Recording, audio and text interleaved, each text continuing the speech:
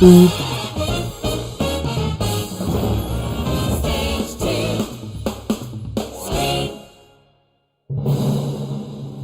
now, live from the Neverland Theatre, your host, Gary Starr. Oh, yeah.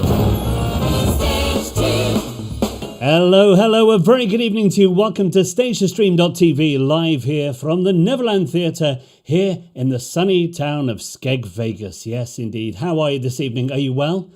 Good. What have you been doing? Hopefully, you've been watching Treasure Island out there on YouTube, enjoying the show, the wonderful panto that we produced last year, socially distanced, of course, here at the Neverland Theatre with some wonderful actors who came and joined us. Exciting stuff, and there to celebrate World Book Day. I know it's not a book. We've already had this. Yes, we know it's not a book, but it advertises the book. It might make you want to go and read the book, or indeed just watch a film or a movie, whatever you want to do. Now, if you've just joined us, welcome. If you are new to the stream, hello. All you got to do is give the page a like and, of course, follow us. Click that follow button, and then that way you'll be notified whenever we go live. And you can come and join us for the chat, the banter, and the fun that is StageToStream.tv. We talk about all things entertainment.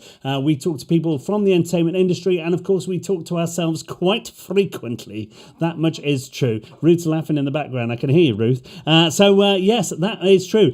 So if you want to join us, then please do so. Also, get interactive this evening. Do join in on the chat. If you're out there, wherever you are, join us on StageToStream.tv. Join us on the chat. Get social. Come and talk to us. We love to chat. And of course, make sure you give the page a like. Send some little emojis as well. Send us some likes and stuff like that. And also, if you do it now, Barbara Fiddler. Hello. She is a new follower. So if you do it now, then you'll pop up on here as well. So before we get social this evening with Ruth, thanks for the new share, Harry Steadman. Before we get social with Ruth, we're going to say, what's on tonight, Gary? Why are you asking yourself? I don't know. Live tonight on StageToStream.tv, musician and composer George Strickland. And top banter from Gary Starr and Right Hand Ruthie. Plus you, members of the chat. Get social and send in your questions now, here on... Yeah, that was good timing, wasn't it? Look at that. Yes, that's how it happens. Good.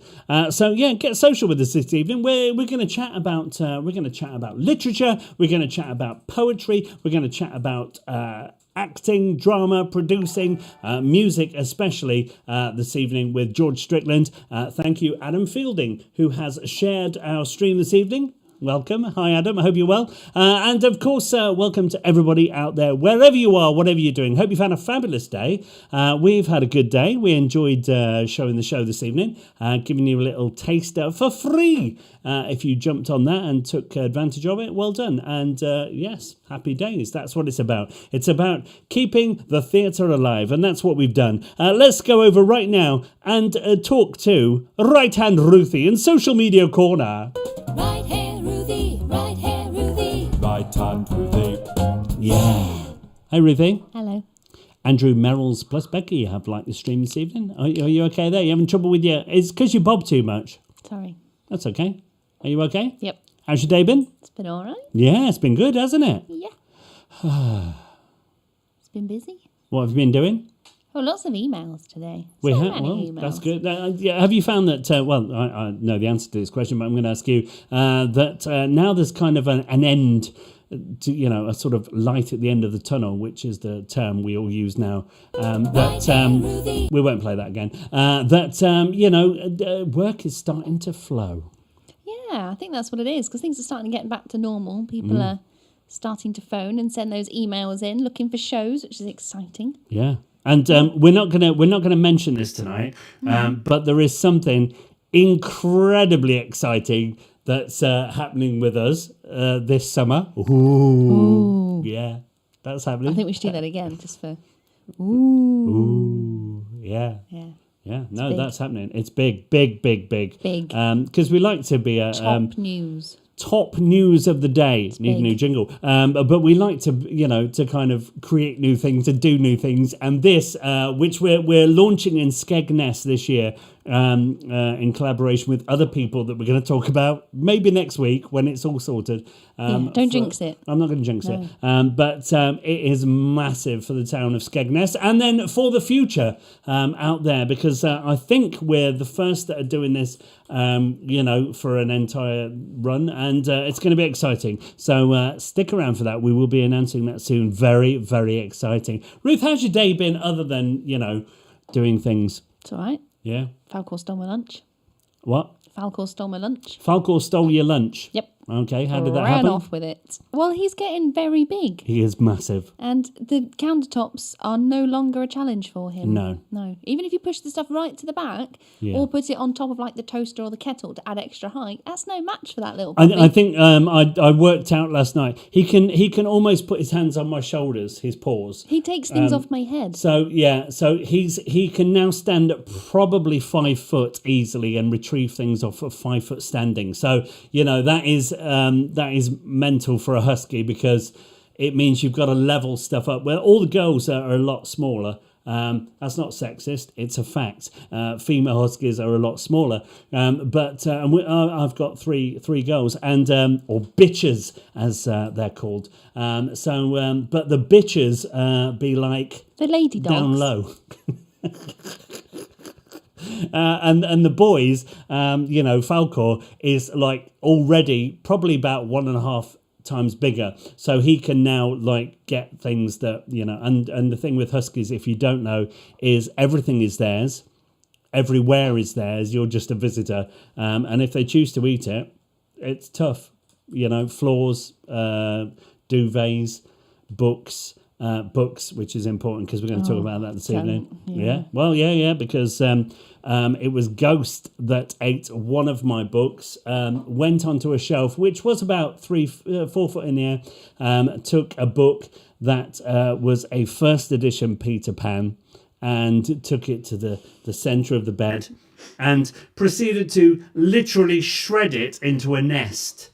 And a first edition Peter Pan, this particular one was probably about £600 worth of book. But it was that particular book, out of all of them, that he took off the shelf. And there were a collection of J.M. Barrie's, but that was the first edition Peter Pan that he took off the shelf. And she took off the shelf, bitch. And lady. No, she's a bitch. She's a lady dog. Well, I want to talk in the proper term of dog, shredded it and made a nest of it. So there we go. That's what happened. So good. That's an interesting story. That's Gary's interesting story, and it's a good one because it cost me a fortune. Yeah. That was a bad day. Yeah. What about you? Do you like books? Let's talk about World Book Day today, because it's an important day. We've been in schools in the past. We've done. I've done the reading of Treasure Island. And in a school to school children. Oh yeah, you did, didn't you? Yeah, I did. I went in and did that, and then they booked another company in to put the panto in at Christmas. So not going back there. So you again. obviously didn't do a good job, did you? I was brilliant. Well, were you? Well, I was. Yes. The evidence suggests otherwise. Well, there you go. Anyway. Let's not talk about that. Anyway, we're not bitter. Yeah. No. But oh no, it's good. My internet's froze. Has it? That's okay. I can carry on. It's fine. I can see what's going on. We've got Yvette Pepper out there tonight. Yeah. So we're talking in the comments about what's your favourite book, really? Oh, okay. There's lots going on. Yvette's favourite book, surprise, surprise, Alice in Wonderland / Peter Pan. Which is my favourite is Peter Pan. Obviously, I named my theatre Neverland, and I'm a big J.M. Barrie fan. So yeah, Peter Pan is mine. The reason I love Peter Pan, I actually ask me why, because then it's better. Gary, why is Peter Pan your favourite? I'm glad you asked me that, Ruth. Peter Pan is my favourite book purely because J.M. Barrie wrote, in his day in Victorian London, was a prolific writer, and he did a lot of plays that went on in London, and they were all, to his own words, sort of what was expected.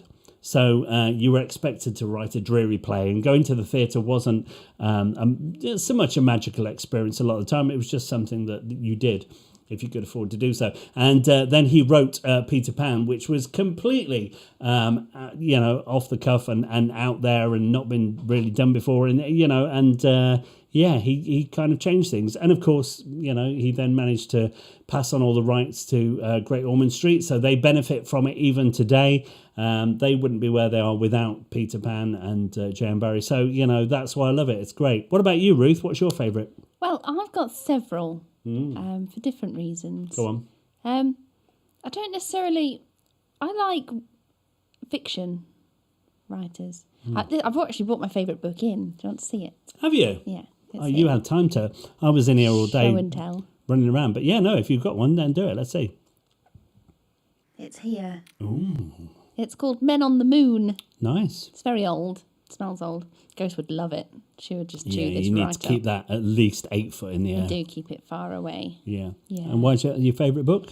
Well, it's a collection of short stories. For those of you that don't know, I do like aliens and space and astronomy and unusual things. Yeah. Now, living here, I don't really have much chance to sort of use your imagination? No, listen. Oh, go on. Mr. Interruption. Okay. I don't get much chance to stargaze around here because, well, the lights are ridiculous. That's not my fault. That's Skegness's fault. That's Skegness's fault. But also... But I did buy you a big telescope. It's massive. It's huge. Yeah. So when we were up the other end, in Inglemel's End, Happy birthday. I would just drag it across to the beach. Yeah. Where it was a lot darker, and it was great, and I'd stay out there for hours. And then, you meet some sketchy sorts on the beach in the middle of the night. That's why I used to go there. 4 a.m. It's a bit odd. Probably so me. I stopped doing that, and then we moved closer into town, so now we're here. And there's even more light pollution, so it's it's odd. And then if you drive down to places like Gibraltar Point, where it's a bit, well, it's out of the way, there is no light pollution, but if you sort of drive down after hours, then you just see all sorts of weird sights that you don't want to see. It's called dogging, Ruth. But can I just point it out here that Darren Kirk has just dropped into the chat with the best comment, which is, Ruthie's book goes with her face. See, I knew someone was going to come up with this today. Now, I have got a big moon face. Moon face. I've been trying over the part. I mean, what is this, week 4? Is this week 4, week 3? I don't know. I don't know. It's been anyway, a while, however many weeks we've been here, I've noticed this more and more, that my face is getting more and more moony. So I've been putting on extra bronzer, which, is very You need to let me go on your face. No, absolutely not. Let me have a go on your face. No. Yes, because look, this is my face. Yeah. And I take, literally, which annoys you, around about 30 seconds getting ready. Literally, hair, bronzer, eyeliner, 30 seconds. Yeah. Well, anyway, I am 2 probably hours. the palest person in the world. Yeah, you are. And even, when the sun comes out, I don't tan. I go turn into a bit of a lobster. Now, look, let me just jump in here because something else in the chat is Tara Stafford Allen. Hello, hope you're well. Yes, nice to hear. Ruth, you can stargaze at my campsite in Burr, or Borough, whichever you want to go with, because there's no light. It's on the way out of Skegness. Yeah, it's good there. Because I put a sign up there. They let me put a Peter Pan sign up there this year, and it's amazing out there. So, yes. That's where you need to go. Oh, that's exciting. Also, Tara Stafford Allen has what they call yurts. Is it? No, not yurts. They're like the pods over there, and it's amazing. So I've seen your website. Oh. Yeah. Well, I keep meaning to book one. I'm gonna take one of my bitches. Lady dogs. Okay, one of them. Well, if you book one, and I'll just go. Yeah. Take your telescope and sit out in the field all night. Yeah. Yeah, there you go. So, yeah. Tara Stafford Allen, pop your website in the chat. Yeah, pop your link in. We'll pop it a promotion. Plug it. Because it is beautiful out there. Yeah. So, so you like your telescope. I do. And you like your book. Who bought you that book, Ruth? And just let me ask you that again. Who bought you that book, Ruth? You did, but you forgot you bought it for me. I did. Yeah. Yeah. We had this conversation before. Now, you bought me this book because it's actually signed on the inside. I've got to find the right page. Just I'll just ramble whilst I find it. I should have put a bookmark in it. It's a good present, and Here it the is. reason it's a good present is because of this. Oh, wait. Have you got it? You have to direct me. There. There. Yeah. Oh, it's signed by my favourite author, Mr. Dean Koontz. There you go. There you go. Yeah, he signed his short story in that book. Well, he hasn't got a short story in this book. This is just his. He put like a what do you call it, like a scholarship letter talking about other things in it. Yeah, he signed it. Yeah, there you go. And he's got printed word in it. But anyway, so it's a small collection of random stories. So it's my favourite. Well, I like that. That's nice. That's nice. So that's why, we like books. Of course we do. But of course, that's why we show Treasure Island, because hopefully you might go, oh, I might read the full story to my child, or indeed let them read it themselves.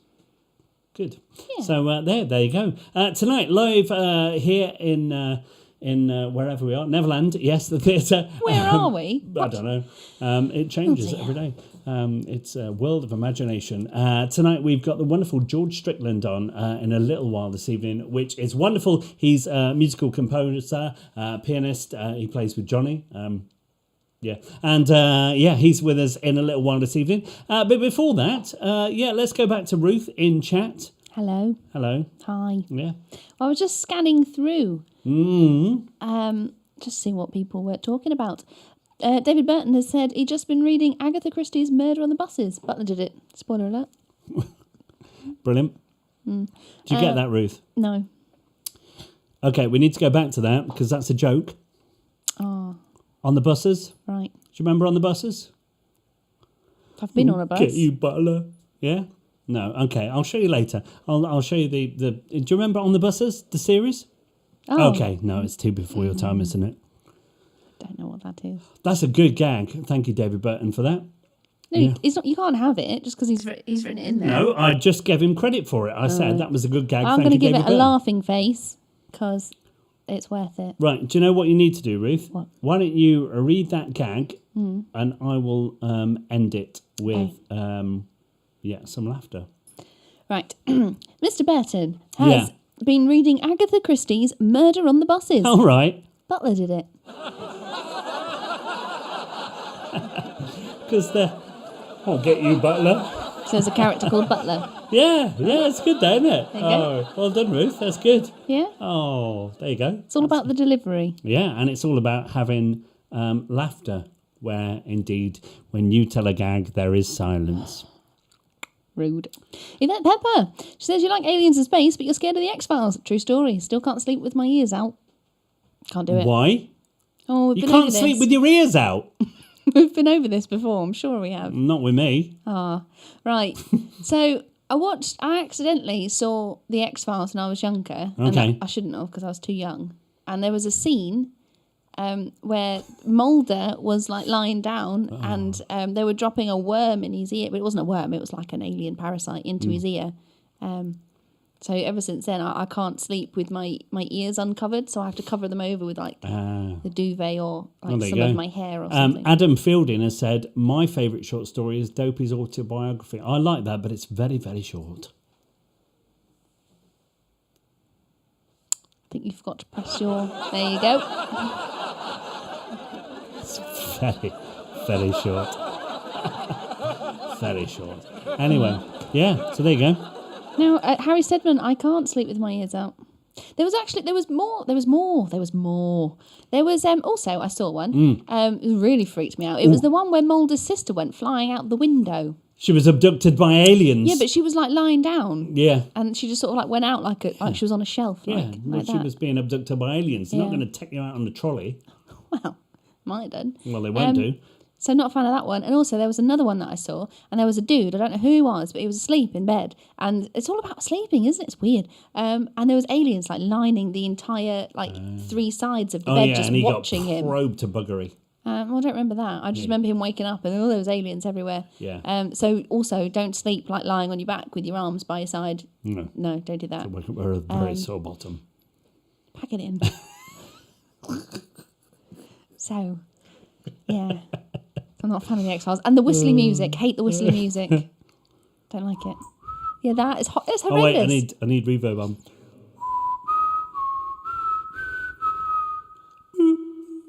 What was that on the end? That was a boop.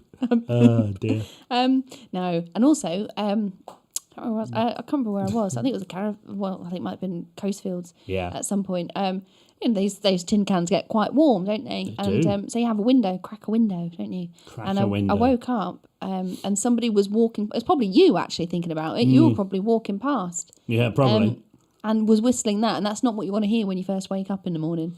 No. Horrendous. No. Why would I have been doing that? Anyway, listen. Well, you lived at the back. Harry Stedman said, Ruth, what's the phone number again? Because he can't remember. Well, let's tell you that. Well, you can see it printed on the screen here to my left. But Gary, what? There, that'll do. Gary, what's the number?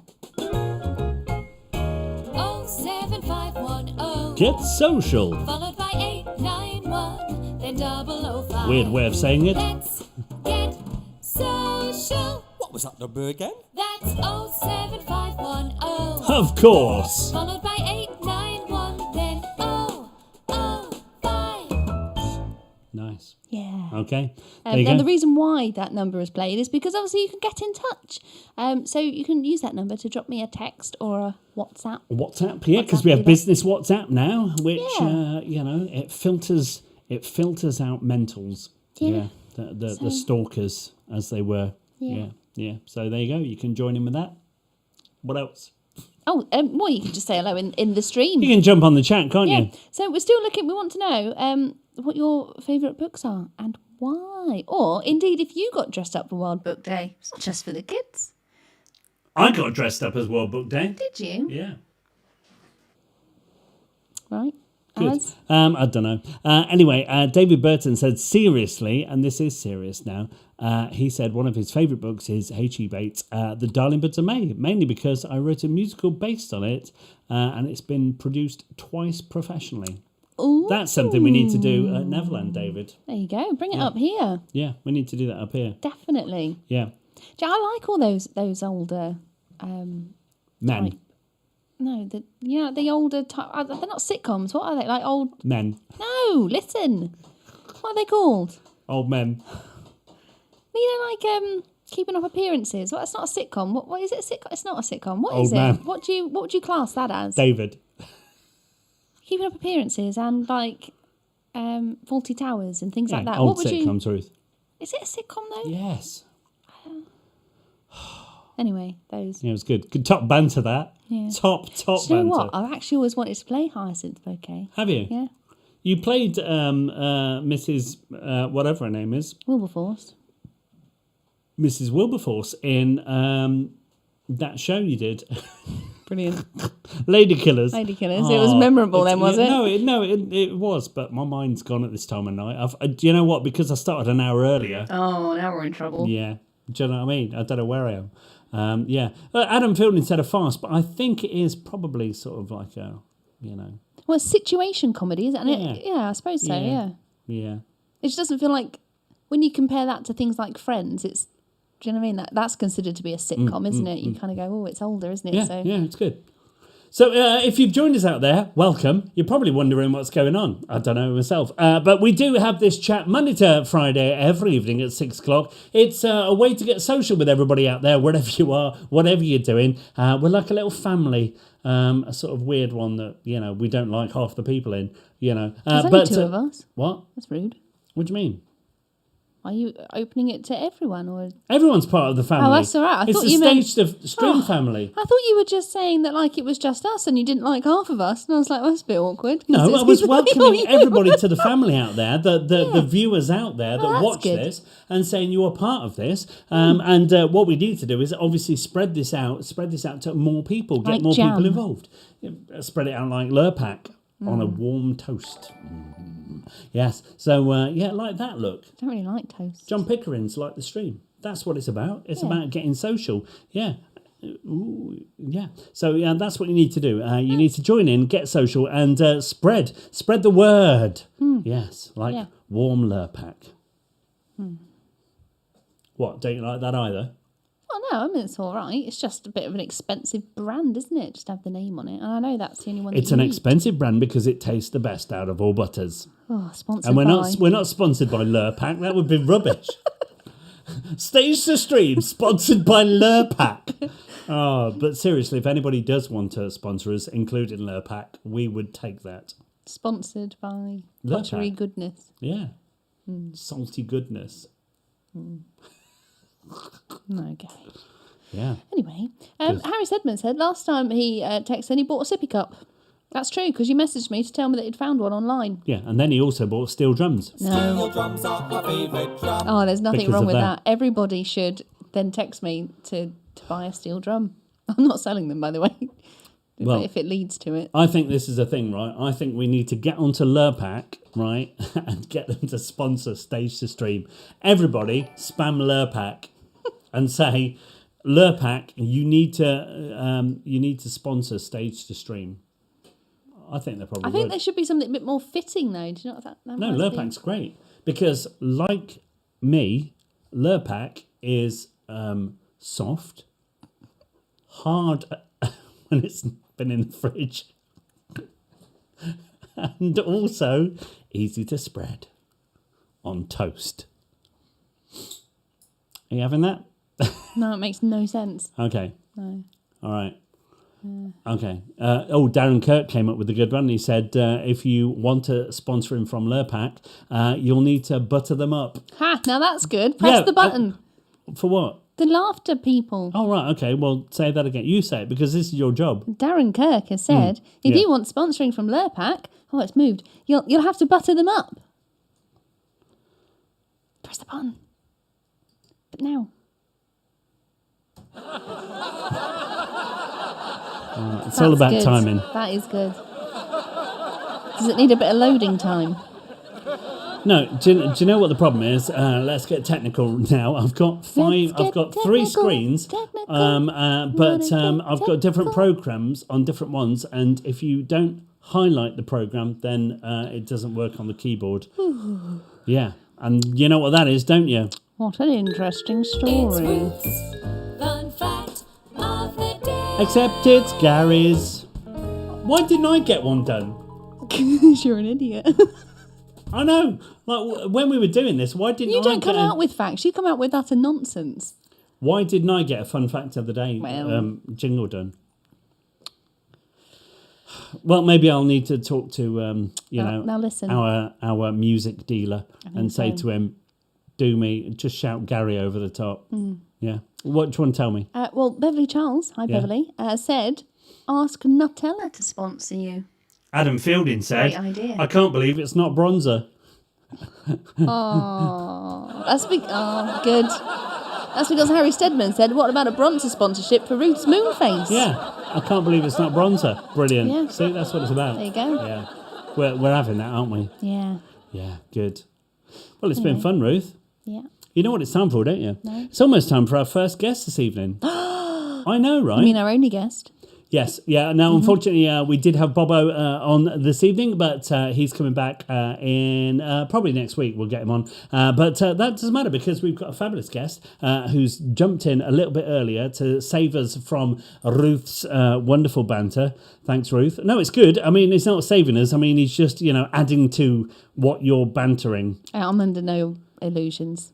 Don't worry. Whoever he is. Anyway, so it's almost time for this evening's guest this evening. It is George Strickland. He's here right after this. Don't go anywhere.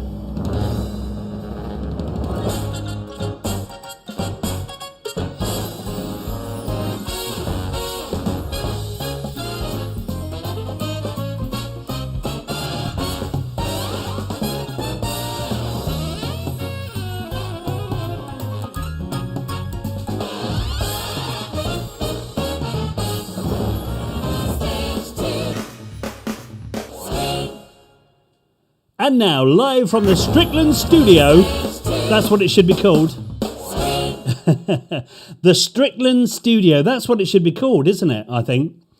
Do you think? How are you, my friend? Are you well? I'm really good, thank you. Really nice to see you. How's it going? Yes, very good, thank you. I just made that up as we were coming to you. I thought, the Strickland studios. Ooh, it's got a nice feel.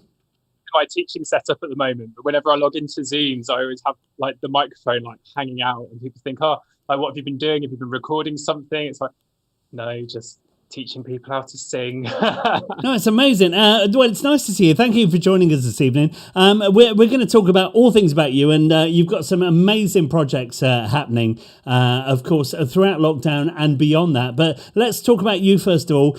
Tell us about how you got into the business, and let's learn little bit about George. Yeah, so it's kind of a weird story, bit of a long one. So I originally wanted to be a doctor, funnily enough, and then I went to see a production of Chicago, like on the West End. And if anyone's seen that show, the band's up on stage, you can see the MD, you can see all the instrumentalists. And I remember sitting there and just going, I want to do that. I want a bit of that. Sounds a bit more interesting than standing in A&E. Obviously, they're doing fabulous work at the moment, but I'd much rather be on the stage there. So I took a massive kind of detour from there. I started life as a woodwind player, actually. So playing saxophones, it was cool to hear that like Razzie sax solo in your theme tune there, because that's the kind of thing that I used to do back in the day. So started life very much in the pit, and then through being in the pit, went out into kind of the musical direction side of things. So kind of taking on keys, taking on vocal coaching, all of that stuff. And then I seem to have found a little bit of a niche at the moment of working on like brand new material, which is so exciting. Like I've got all the time in the world for the Les Mises of the world and Phantom of the Opera and everything. And these really big shows, they're really important for us. But kind of where I've fallen into is working on brand new shows and bringing them to life and then putting them on, which is really, really exciting. It's cool, especially during the pandemic, seeing works come from, like this little script idea, not sure, to, we might actually be able to put this on somewhere, which is really cool. Yeah. Now, I mean, we first met a few years ago, before the pandemic, when you were here with Johnny. So let's talk briefly about Johnny, because we have to, and he'll be annoyed if we don't.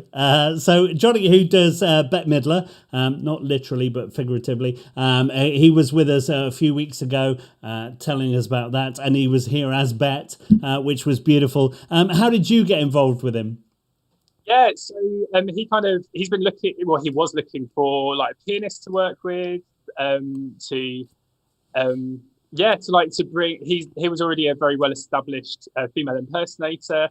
So funnily enough, we actually met on a certain yellow Facebook. Can I tell you my great gag that I did? Did you see this? It's such a great gag that because it was it was there. It was spontaneity at its finest. But he said, I was looking for a pianist and I met George on Grindr, and I said, so you find yourself an organ grinder. And that joke made its way into the show, I think. And, well, it was so good that it gets a bit of this. No, it doesn't. Oh, I thought I was going to laugh there. It was an organ grinder. Oh, anyway. Yeah. Well worth it. So you and Johnny started working together, and you came here to the theatre, and it was wonderful. And we put the show on, and we filmed it and did bits. And how's that been? Because that's different, isn't it? Yeah, it's really great. Like it really. So I was an absolute Bette Philistine when we started. I knew nothing really about Bette Midler beyond Hocus Pocus. So every rehearsal with Johnny, it was really like we spent a long time workshopping the show. Taking his ideas, and then I was kind of bringing, I guess, how we could like musical theatre it, how we could turn it into a show, as opposed to kind of, I guess, more of a cabaret act. But every rehearsal was just an education in Bette, and he'd always Johnny would always bring up videos of like certain interviews. Like he'd do a joke, I'd be like, okay, it's funny, but why is it funny? Why does it work here? And then he'd like show me the source, and it was like, oh my god, like this is fantastic. Like just seeing. I think when you see people on screen or just on stage, you see a very two-dimensional version of that person.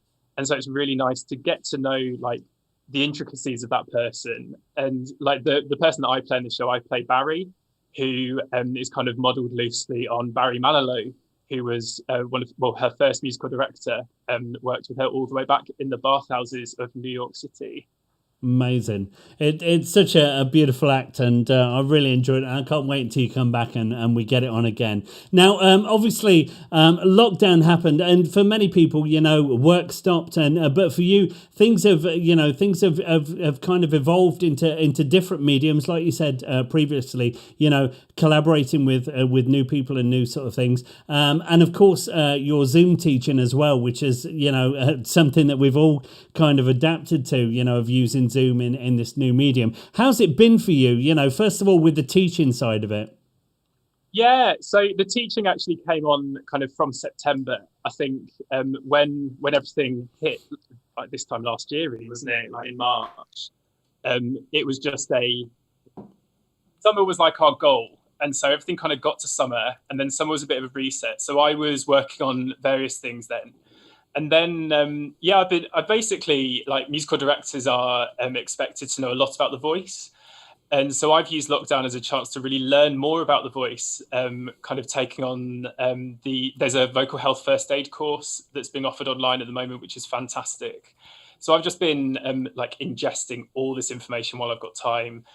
And I've fallen into this kind of area of working a lot with dancers, actually. So dancers and kind of the various things that they come up against in terms of singing, and a lot of confidence coaching, talking people through performance anxiety. It's so rewarding. Teaching, I've done bits and pieces of it over the time working in education, but it's been really nice to work with a couple of groups of really dedicated students through. I mean, training is hard, as I'm sure anyone can attest to. Arts training is really difficult. But during this pandemic, it's just been a million times more for them.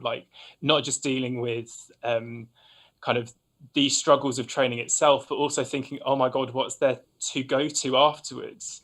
And I think because I do work a lot more in new writing, I'm kind of in a nice place to say, well, look, things are happening. Because if I'm working, hopefully you're going to be working in 6 months to a year. Yeah. Things that we're doing will come into that. But no, it's been lovely. It's been really, really good to kind of, I know it's a bit cliche, but give something back and kind of think, right, what can I do in this period to keep my mind working, to keep my skills up, and to help other people in the industry. Yeah, no, it's amazing, and it's such a good thing to give back to. I mean, I myself, and I don't tell many people this, but when if I'm going out to perform, I do that. I have those almost hyperventilating panic attacks, and all that sort of stuff that hits you, and if you don't control it before you get out there, then you're out of breath, and you have that sort of thing. So it's great that you're giving back to that side of stuff, and we must talk more, because I still get that now. So in some form, don't they? Yeah, absolutely. It's such a strange thing, and of course people just see that confidence all the time when you walk out, so they kind of don't ever see that side of it. But it's good that you're doing that. So let's talk about the new side of the stuff that you're doing. Because you've got quite involved in quite a few sort of projects and new shows. Tell us a bit about them. Yeah, so it was actually almost this time last year to the day that I went down to London, and we had a script reading for a brand new show by a fabulous writer called Jude Taylor, called Make Me Infamous, and it's all about superheroes and supervillains. And obviously, when we went down to London end of February 2020, had no inkling that the following 12 months were going to happen. We thought, oh, it's fine. We'll do this reading, do some rewrites, come back in a couple of months, try it again, and then start thinking about putting it on stage. Lockdown happened, and we I think the first month happened, we just kind of let it settle, and then we had a chat, and we were just like, right, what can we do? What is there in this world that Jude created that we could use to kind of do something in lockdown? And I guess one thought might have been to just go down the development route. So we just we worked on the script a bit, but then it got to a point where it was like, well, actually, could we do something like a podcast musical? So for ages, it was Make Me Infamous, the podcast musical. And it kind of settled as being a 4-part radio drama, which was awesome. We had to rework quite a bit of the script, because obviously when you write a musical for stage, a lot relies on visual elements. You want to see things, and some of the gags were very visual. So we kind of looked at how we could turn that into something a bit more audio, like kind of audio based. So we kind of looked at the radio genre, and we were looking at like the Marvel Cinematic Universe and like those kinds of films. And they're very comedic, like they definitely take the mick out of themselves. And we thought, well, actually, this could work really well with this medium. So we pulled a cast together out of the people that we worked with. I went away and orchestrated the show. We put together all the music, and then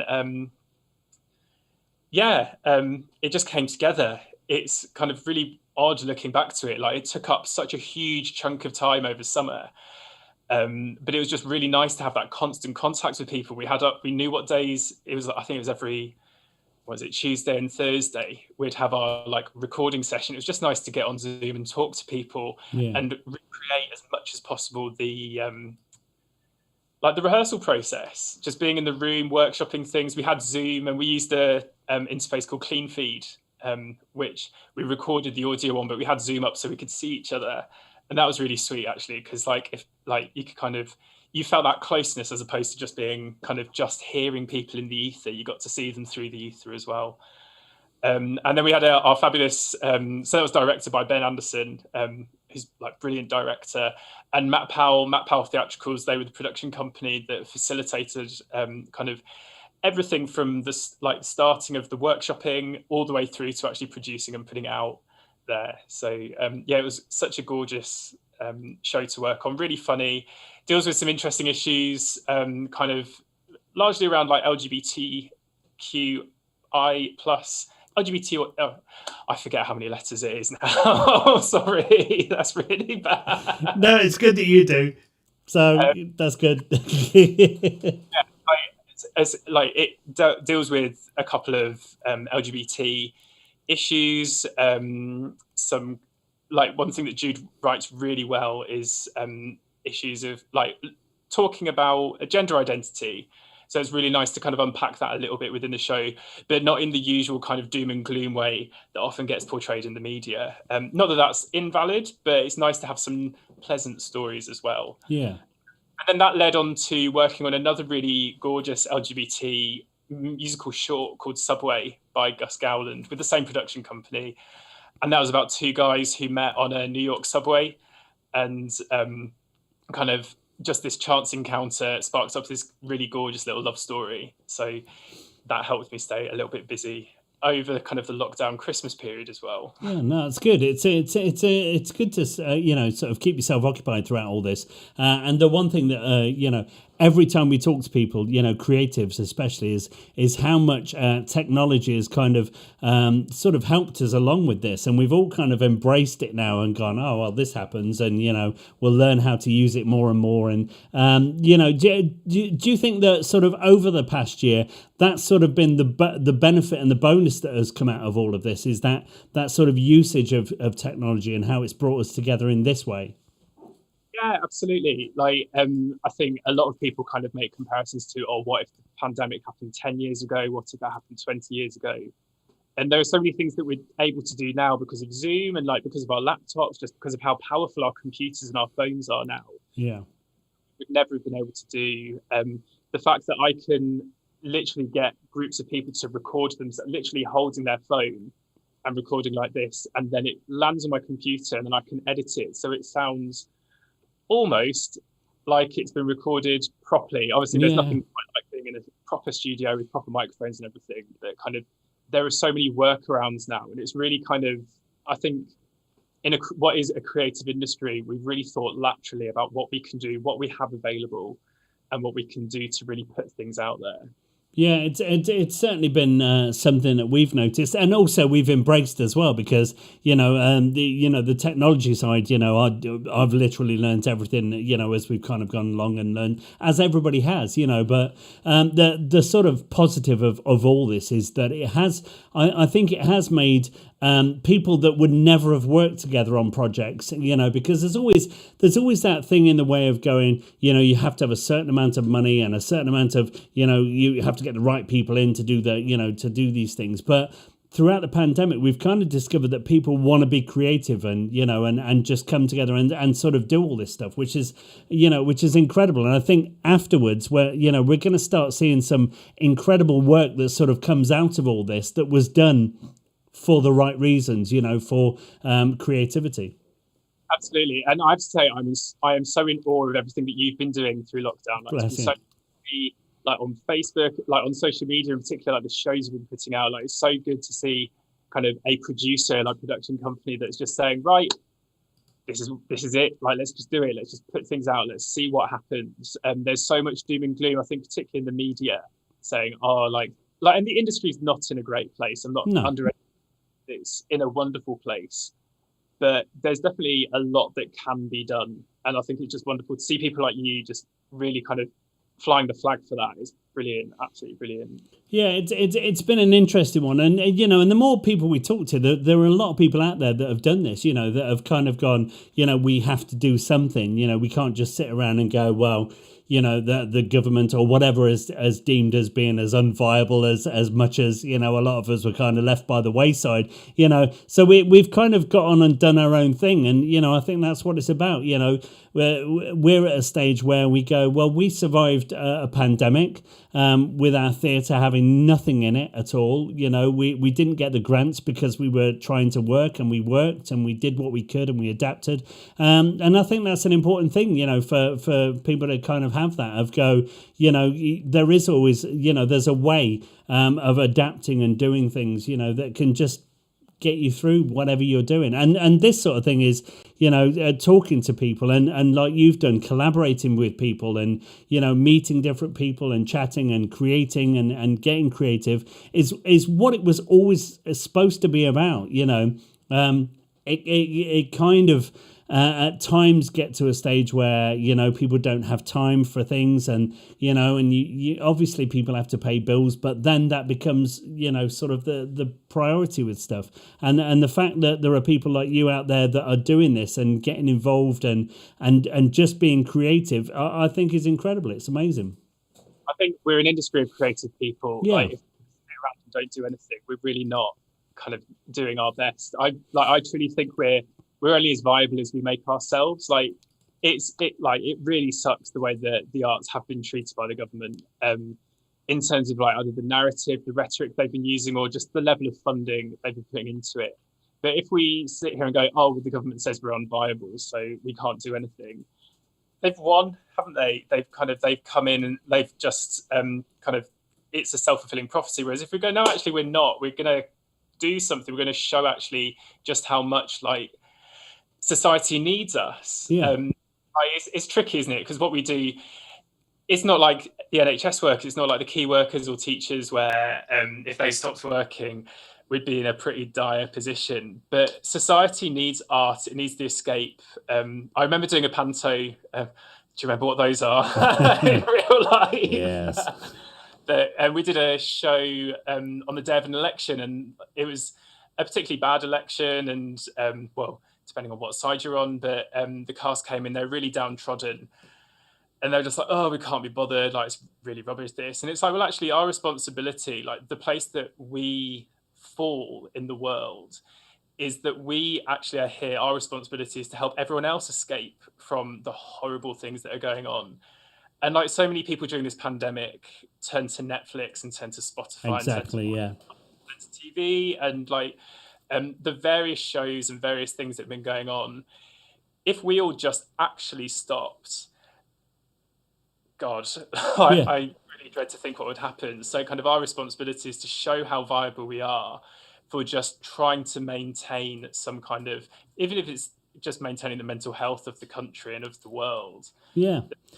The thing is that I've come to this stage where I go, I don't need to prove that we're viable, and that's the point. Is I don't need to prove what I do is viable to people and is worthwhile to people. It's worthwhile to me and what I do, and hopefully people take something from that. The people that watched the show today and got something out of it, great. And if it's one person, great, then that makes a difference. And I think with all the stuff that people are doing, we don't need to be worried about everybody else. We need to do what we do because those people that matter and those people that are there take from it what they need to. So, yeah.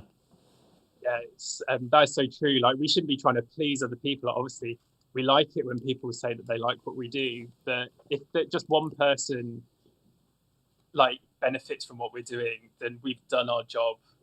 If two people, then we've gone above and beyond. Yeah, absolutely. I mean, when you look at it, you're always gonna, as performers, everything we put out there is kind of up for judgment. Unlike any other industry, you don't go, that was a well-made burger, and put it out publicly as much as you do, So that's not taken from anybody else that does any other form of job. We're just talking about what we specifically do. But I think if we hold ourselves so much to what everybody says and what the government says about us, then we give up. And I've known people in this industry that have gone, well, it's not worth carrying on. I'll just go and get a proper job, and it kills me because what you do is viable, but as long as you feel it is, and as long as you do what you do. I've definitely been there. Like a couple of years ago, I had enough. I was just like, there are people that work. In my opinion, there are people that were working considerably less hard than I was and earning considerably more money than I was and having lives. And I was busting a gut, like, as we all do. And I left and I was just like, I'm going to go get the proper job. I'll keep music as a hobby and whatever. It lasted about 3 months. I had to come back. There were various things that brought me back, but it was by far the right thing to do. And I'm so glad I did. I think it's something that if you feel like you need to scratch that itch, go scratch it. I'm not going to tell people to stay in a job if they're not happy. But the muggle life isn't the one for me. It's strange, isn't it? Because everybody does it. Everybody goes, there's this level of job, and then and we see ourselves as we've been put now as this kind of low skilled, where it's not, But I've always been of this thing of going, everybody does what they do. Whatever it is, if you want to go and work in a factory and that's what you do, then that's great and that's amazing and you do a valid job, because we need those things that happen. The same as if you're a cleaner, we need that, do you know what I mean? But equally, we stand in exactly that same level pegging of going, if we want to perform, it's not a lesser job because, we're wasting our time being an actor or a musician or whatever. We're on exactly the same level pegging as everybody else. We're doing what we want to do, what we believe in, and hopefully somebody out there gets a benefit from that, the same as any other job. Absolutely, yeah. I think it's interesting, isn't it, how people see performers, like, kind of everything's very low level until you become like a movie star or like on the West End, and then suddenly there's this huge jump up and people's perception of you change, isn't it? But it's entirely what you feel about your job. If you're happy with what you're doing, just keep on going. Absolutely. It's good. All right, we're going to go to Ruthie right now in social media corner because we need to see what's going on in chat. Ruthie, how are you? Hello, good. How are you? Very good, yes. Wonderful. Hi, George. How are you? Hello, good, thank you. Wonderful. We've got so much going on in social media corner. Hit me with it. What, literally? Well, not me. Hit George with it. Well, we've got lots of questions. There's also a lot of love out there for everything that you're both talking about, which is completely true. And I think it certainly is, as Adam Fielding's pointed out, it's certainly changed the mindset of how entertainment is perceived, and also of people that are providing entertainment as well. I think it's certainly, it's one of those things that sort of, as I've become very aware of it, and I've had the odd rant at times before, and I'm not going to rant now because this isn't the place for it, but how some jobs in the industry can be looked down upon as well by, fellow performers and things like that. Yeah. For example, TIE. Don't do TIE, always terrible. Well, it's Don't not. do panto. Yeah, don't do panto. Yeah. And you hear the same thing when you're watching, Britain's Got Talent or all these, online talent shows and things like that. And you have, the judges saying, oh, you were a cruise ship performer. Oh, no, can't have them. And do you know what I mean? Every job opens a door for somewhere else. And if you're happy to do that job, regardless of anything, then do it. If it makes you happy, that's what it's about. But I think there's too much of that, even in the industry on itself, that things are frowned upon, or you did that, oh, I would never do that. I'll sit down, be quiet. Like, if you're happy to do that, then crack on and you do you. But I think due to this pandemic, I think there's a lot of people's mindset is shifting. So I think there's good to come out of this as well. Absolutely, yeah. You do you. That's That's the saying of it. the day. What have you got out there? Right, let's do the questions, because that's what I'm here for. Hit us with one. No, Okay. your opinion is valid, Ruth. Oh, thanks. Right, we've got David Burton. He's sending a cracker of a question. Hi, Okay. David. So David wants to know, the question is, how important to you is the storyline of a musical? Do you think the musical numbers should be there to help the story forward? Or do you think that if the music is strong, the narrative is not quite so important? Ooh, that's deep. That is deep, isn't it? Yeah. It's over to you. I was kind of thinking about this afternoon, actually. I think as any kind of performer, be you kind of musical theatre performer, instrumentalist, a dancer, whatever you're doing, what we're doing is telling stories. And so the story is so important. I think like musicals are written to have the music there. So I don't like the idea of like taking one out. Does the other one still stand? Because they should be written, especially nowadays. They're very much written together or with each other in mind. Like maybe back, I do kind of joke about, say, Rodgers and Hammerstein, you could take the songs out and you just get a very short play. Yeah. Lose that much. Like obviously it's gorgeous music and love the music, but no, story is so important. If you're not telling a story, what's the point? You're literally just reading the phone book or reading a shopping list.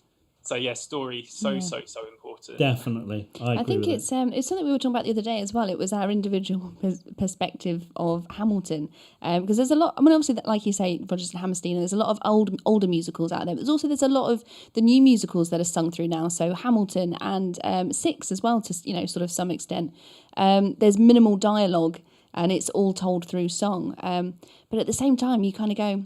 For me personally, it's the bits I always remember are the music and the songs. Now, whether that's because generally you hear them before going to see the show, and you've often choose the show because you like that music or something you've seen or heard before.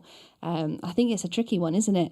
Because it's with the music as well. Obviously, you can portray your narrative through that as well. So it is a tricky one. But yeah, no, I totally agree. They go hand in hand. I think it makes it a lot more interesting, for sure.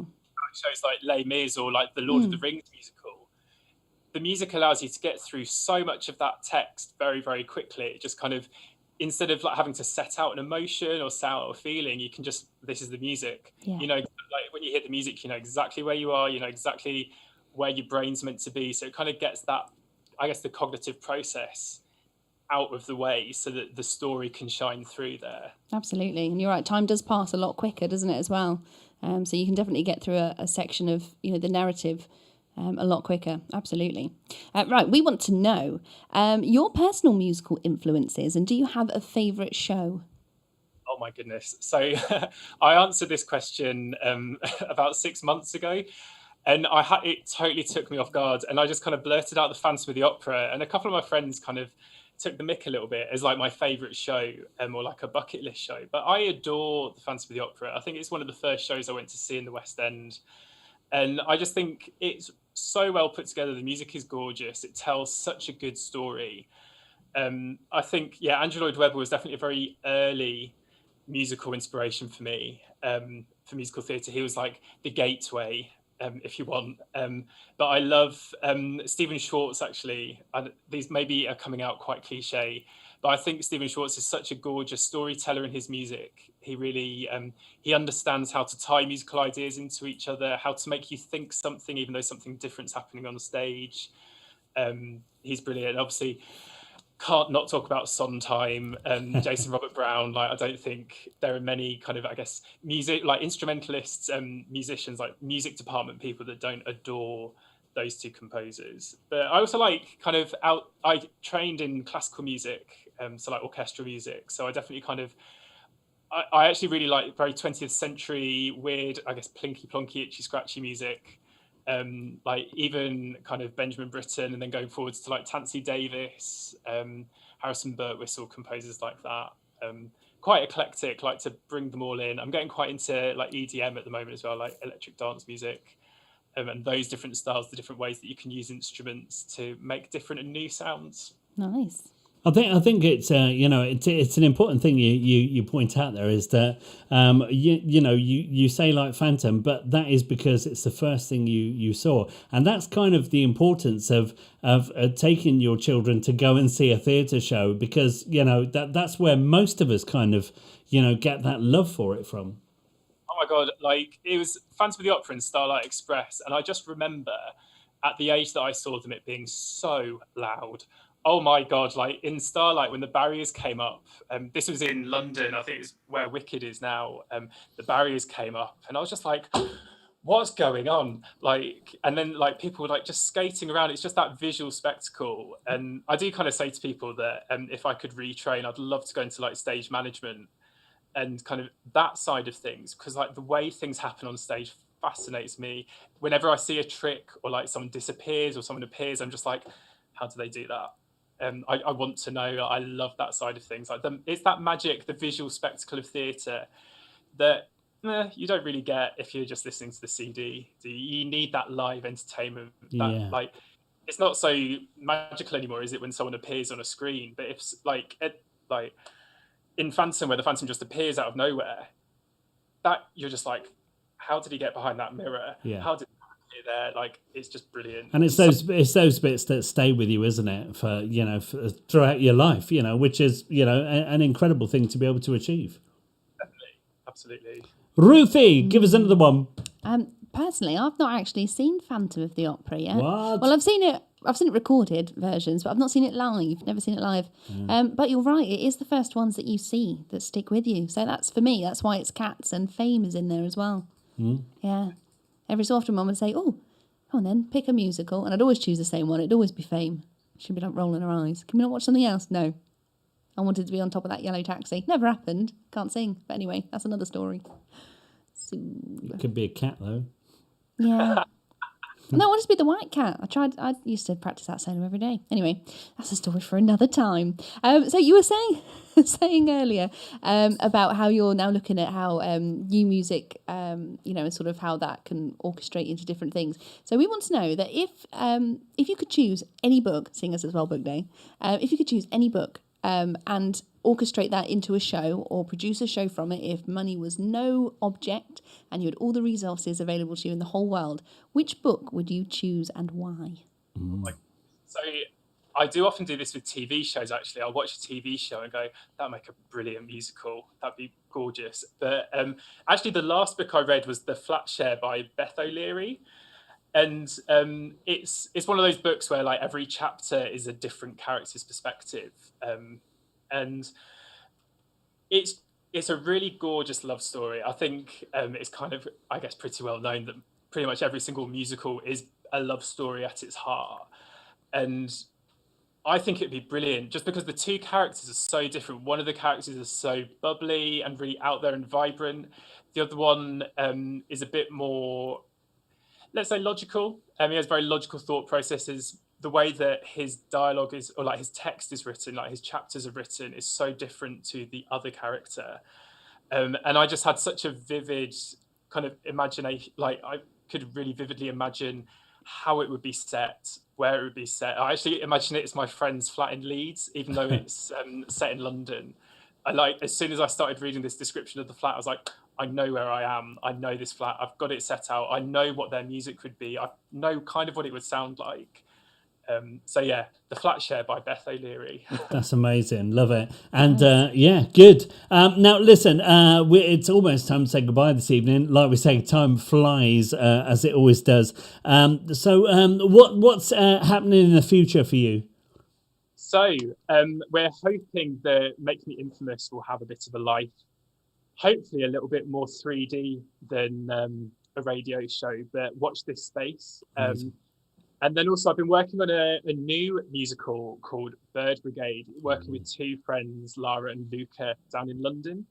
I don't really know how much I can give away, but it's kind of based around, we are on Instagram. I think it's Bird Brigade Musical, at Bird Brigade Musical.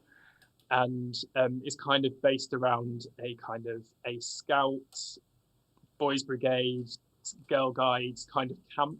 in the Peak District and kind of the shenanigans that are going on there, while also looking at kind of, I guess, issues around growing up, about gender identity. Not that it's like ramming it down your throat or anything, but it's always good, I think, to use a kind of a popular medium to start to explore different like areas, especially when it's so topical at the moment. So yeah, the music in that is absolutely fabulous. Like if you like Acorn Antiques, the musical, big Victoria Wood fan, then you'll love the songs in this show. It's so funny. Like I've been orchestrating today in between teaching, and even though I've been listening to these songs since like November, I'm still howling with laughter at some of the lines. Like it's absolutely brilliant, and we can't wait to present it to the world. Hopefully we'll get a bit of a chance this summer. If not, then we're definitely working on opportunities. So watch this space. Amazing. My friend, it's been an absolute pleasure talking to you this evening. Thank you so much for joining us. Have a wonderful evening. Have a great next few months. We're getting to the end of it now. The light is at the end of the tunnel. We're going to be getting there. So, ladies and gentlemen, the fabulous George Strickland. Thank you very much, my friend. Thank you.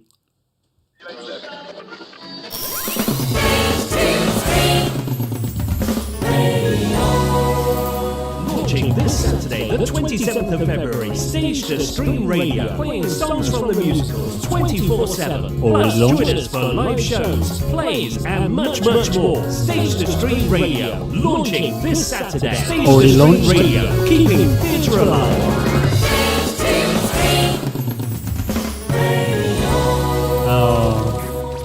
I didn't realise I'd not updated the advert. It's already launched. Stage to Stream Radio is live right now. Thanks for the like. Earl Hyde, hello, hope you're well. And also hello to Liam Bailey, who's jumped up in the chat this evening. Lovely to see you, my friend. Hope you're well. Hope life treats you well. I'm going to escape this year. I'm going to come and see you. It needs to happen. We need a reunion. So Stage to Stream Radio is live right now. We do have new apps being developed for the radio station, which is happening as we speak. We will be on Apple and the other one. Yeah, that one. I only have Apple. But we'll be on all formats very soon indeed. You'll be able to download the app. In the meantime, what you can do is go to stagetostream.tv and click on Listen Now, and we have musicals playing 24/7, and it's all the good stuff. It's great, and we will be introducing live plays. You can also listen to this show. We do repeats, we do all that sort of thing, so it's very exciting indeed, and just something a little different to keep you amused during the lockdown and beyond, because we're here for the long run. Rufy, how's it going over there? Hello, good, thanks. Aw, yeah. It was nice, wasn't it? I enjoyed that with George. I miss George. Yeah, I miss George too. He was great here at Neverland. Yeah, very good. Do you know what? He was making me think. A couple of years ago, I took my oldest brother, Tom, for his birthday to watch Banana Man, the musical. You did? And it was amazing. It was so good. Yeah. But nothing's come of that afterwards. Crossing my fingers. It's very good. It's a shame because, like you say, it was a great musical. I didn't see it myself. No, I didn't take you. No, you took your brother. I did. Well, that's fine, Yeah. No, it was good. Anyway, the guy that played the villain, he was amazing. No, it's fine that you took At your some brother point, and not me, but it's fine. Yeah. Did he appreciate it? Yeah, absolutely. That's all right then. Banana Man, come on. Well, you know what that is. It's Ruth's fun fact of the day. No, in fairness, you did tell me it was amazing. It was. That's Probably good. a few too many times, didn't I? You did, yeah. You told me exactly what I missed out on. Yeah, so but anyway, the villain, it was great. He was in a post box at some point. You remember how it was just so ridiculous because, it's based on a comic strip, but they made it real. Oh, it was great. Has anyone out there seen it? If you've seen it, pop in the comments, tell me. Yeah. Honestly, yeah. He was brilliant. They had this villain song, and anyway, like I say, he got in the post box and he was just hopping around the stage. It was brilliant. So good. That's good. I'm jumping back to Liam Bailey. It's been so long. I mean, we did. What did we do? We did Peter Pan. What? Do you not do Peter Pan? No, I don't know. We did Wizard of Oz a long time ago. And so many things. But Liam says, hey, love these interviews. So nice to hear different people and how they're coping, and keeps me loving what we do. Great job, guys. Thank you, Liam. It's great to hear from you. I'm so glad you're out there. We definitely need to meet up this year. I'm coming to... Are you in Blackpool this year? I hope so, because I want a trip to Blackpool. I'm going to come over and we'll have some drinks and catch up. That would be lovely. Ruthie, what's going on? Tell me. Well, just everyone's saying that we keep them up at night because they stay awake listening to Status Stream Radio. Well, that's good. Yeah, Beverly Charles and also Harry Stedman was up at 2 a.m. last night. In fairness, I did the same because I sleep very weirdly now. So I fall asleep at probably about 9 o'clock at night, like an old man. And then I wake up at 12 and then sit there till 4 in the morning. Normally sort of scrolling and, or on the PlayStation. And also I'm scrolling. But also I do put the radio station on in the background because it's all great tunes. Yeah, that happens, which is a good thing because at least we're there to keep you sort of sane in the early hours of the morning and all day as well. There you go. Good. And also, whilst you're waiting for the apps to be developed, if you go onto the actual page, you can save the listen bit, click on the listen, and then save that to your home screen, and it looks like an app until the actual app arrives. Yeah, I did that. I did that the other day. Little shortcut. Yeah, just save the shortcut to your home screen, and then you can have it looks like an S on your from the stage bit on your home screen of your phone, and then you can just click on it and you're there. Yeah, so it's worth doing. Well, I'm just reiterating in case people aren't listening to you because they're probably not. Probably not. Yeah, no, they don't listen to me either. Sometimes they do because they like my beard. Yeah. Anyway. Yeah, anyway, so do the shortcut thing. Do that. Save it to your desktop. For sure. Yeah. So who we got tomorrow night, Ruthie? Tomorrow night, I'm glad you asked. We've got something a little bit different tomorrow night. Ooh. So we've got Molly and Sam joining us, and they are running this year's Norwich Fringe Festival. Ah, the Fringe. But of course, they're doing it online. Nice. So there's obviously a lot of Fringe festivals that go on. Obviously, everyone knows about Edinburgh Fringe, but there's lots of other towns and counties that have their own as well.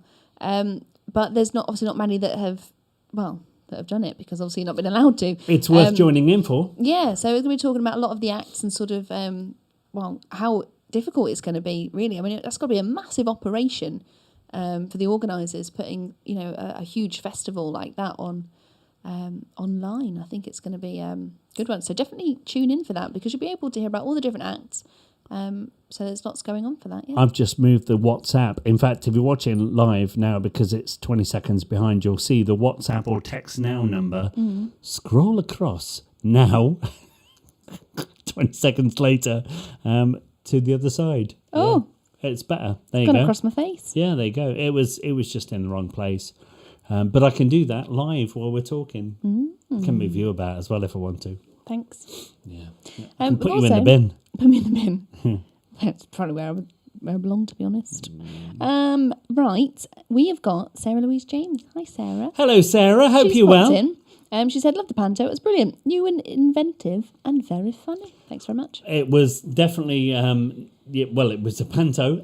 It's not new and inventive because Rollo's been doing them gags for the last 30 years. More so. Yeah. I think he wrote some of them. Yeah. But it was wonderful to have them with us. And so good to do all these things socially distanced. We're doing Wizard of Oz next, incidentally, if you're out there. Wizard of Oz will be on sale this Easter. You can hire it again for $6.99 or whatever it's going to be. We are going to be filming that over the next few weeks, all socially distanced as well. So like the previous shows, nobody actually meets except for those in the same family. And it's quite a challenge, but you don't notice, and I think it's something completely unique that in a few years' time we can look back on and go, wow, we did that. We got through it. Yeah, I think we can now anyway. Do you know what? Because EastEnders, we're the worst people to film things Socially distanced. Yeah, well, you weren't. Well, you weren't because No. we beat you to it. Yeah. So there. I think 2 months in, we'd discovered a way to film people separately, which, for those of you that are interested, was basically one person coming in, standing in front of a green screen, doing their lines to a certain point. So they knew who they were looking at, and I would read in the text that they were up against, and then the next person would come in, and they would have then something to read against, and we built it up layer upon layer. It was very exciting, and that's what we did last year, and hopefully as we progress this year. Once we get out of this, it'll be even easier. But as it stands at the moment, we keep doing these innovative things, and it's very exciting. Ruth, Yeah. how's it going? What have you got? It's good. Just lots of people getting excited about The Wizard of Oz. I know. We've got Harry Steadman. He's saying The Wizard of Oz. Oh, I'm ready to follow the Yellow Brick Road. Nice. Also, I think we all are. Just bring it back to Sarah again. Sarah played our line once. She did. Yeah, Yeah. that was nice. That was a nice day. Everybody's played everything, Yeah, I think, over time. I think so. Yeah. Have you ever played Dorothy? Me? Yeah. I did before I had a beard. So, yeah. There you go. And Beverly Charles thinks we should do Cats a la Neverland. Yeah, well, cats could happen. Yeah. I think we would do the better version, which would be dogs.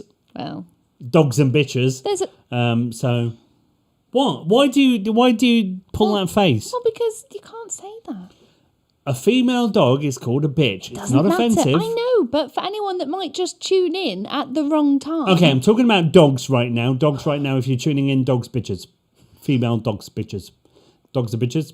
Female dogs, bitches. That's what we're talking about right now if you joined in. But if you joined in at the second that I just went bitches, I'm talking about Exactly. dogs. Yeah. Well, they would have stayed longer than just bitches. Well, might not have done. Anyway, well, that would be good, wouldn't it? Because we could do the stage show called Bitches, but it's actually about female dogs. There's actually a section in Cats that's got dogs in it. Right. The cats put shoe boxes on their hands and feet and heads. Pretend to be Right. dogs. But dogs would be better because the age-old argument, what is better, dogs or cats? Dogs. Don't argue, Ruth, because the Didn't say a word. entire wolf pack upstairs will watch this on playback, and if you say cats right now, or even show any form of inkling towards cats, they will maul the hell out of you. But I like cats. Well, there's nothing wrong with liking them. My bitches and dogs like cats, preferably to eat, but Yeah, that's but fine. they also like to eat first edition Peter Pans and lunches. Yeah, they Socks have. Do you and know what that trainers. means? They have good taste. Well, Good. anyway. Yeah. It's been fun tonight. It's almost time to go. Can you believe it? Well, it always is, isn't I it? know. Like we've only had one guest tonight, but we've managed to chat away and keep people entertained as much as we can in this weird and wonderful lockdown and the pandemic, and that's good. Do you have a fun fact or whatever for tomorrow, tonight, whatever? Well, it's a long one. Are you ready? You sat down. Oh. Now, I'll be honest with you, I had to look this one up because I knew... Is it as exciting as? Steel drums are our favourite drum. It's longer. Okay, go on then. Now, I knew parts sit of this, back. but I couldn't remember all of the items, so I did have to have a little Google or Bing. Okay, go for it. So, The Roald... floor is yours. Thanks. Roald Dahl, everyone knows him. Author of Matilda, the Twits, It's etc. Ruth's Oh, fun fact of the day. I haven't finished yet. No, that's the starter. Oh, right. I'll go back then. Okay. So Roald Dahl. Okay. Well, let's do this properly. Okay. Okay. Ladies and gentlemen, it's now time for. It's Ruth's fun fact of the day. Professional.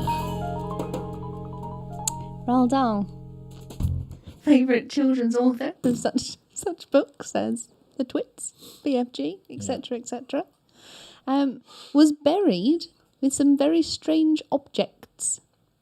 Do you want to know what they are? Well, please. Otherwise, this fun fact of the day is rubbish. Well, I was going to get you to guess, but anyway, Roald Dahl was buried with, and there's a little list here, red wine, snooker cues, a power saw, HB pencils and some chocolate. I like that. My burial items would be a mobile phone, fully charged but switched off, for the obvious reasons, just in case, a power saw, a spade, an oxygen mask and tank. Flashlight? Yeah, probably. No, I don't. Yeah, maybe a flash. No, the phone will do that. And yeah, that would probably do. That would get me out. Do you reckon? Yeah. So that's my bits. What about you, Ruth? What would I be buried with? I don't know. I haven't thought about that. Well, now's the time. You brought this up, not me, you macabre lady. Probably a hand puppet or something. Hand puppet? Girlfriend. I don't know. I'd Brilliant. have to think about it. Okay, well... Did you say that because of that film that we watched last night? No, what you need to do is just say exactly what you just said, because that's how you could escape. What, with a hand puppet? No, you couldn't escape with a hand puppet. That'd be rubbish. Oh, Steel drums are our favourite drum. I should have a steel drum in there. that's what you would need. I would just go with the things that would help me escape. Yeah. Good. Anyway. Okay. Is that it? Yeah, that was it. Okay, you know what that was, don't you? It's Ruth's fun fact of the day. It's probably not true. Say goodnight, Ruthie. Good night, Ruthie. Yes, it's been a wonderful evening this evening. I hope you enjoyed yourself. Hope you enjoyed Treasure Island if you watched it earlier. And happy World Book Day, even if you watched a video that might make you go and watch the book. Whatever. It's good. We're back tomorrow night. We're talking all things Fringe tomorrow, and much more. We're going to have a bit of banter, and hope you all join us. Hope you've enjoyed yourself this evening. Wherever you are in the world right now, stay safe. Stay happy, keep sane, and until we can get back into the theatre together, good night.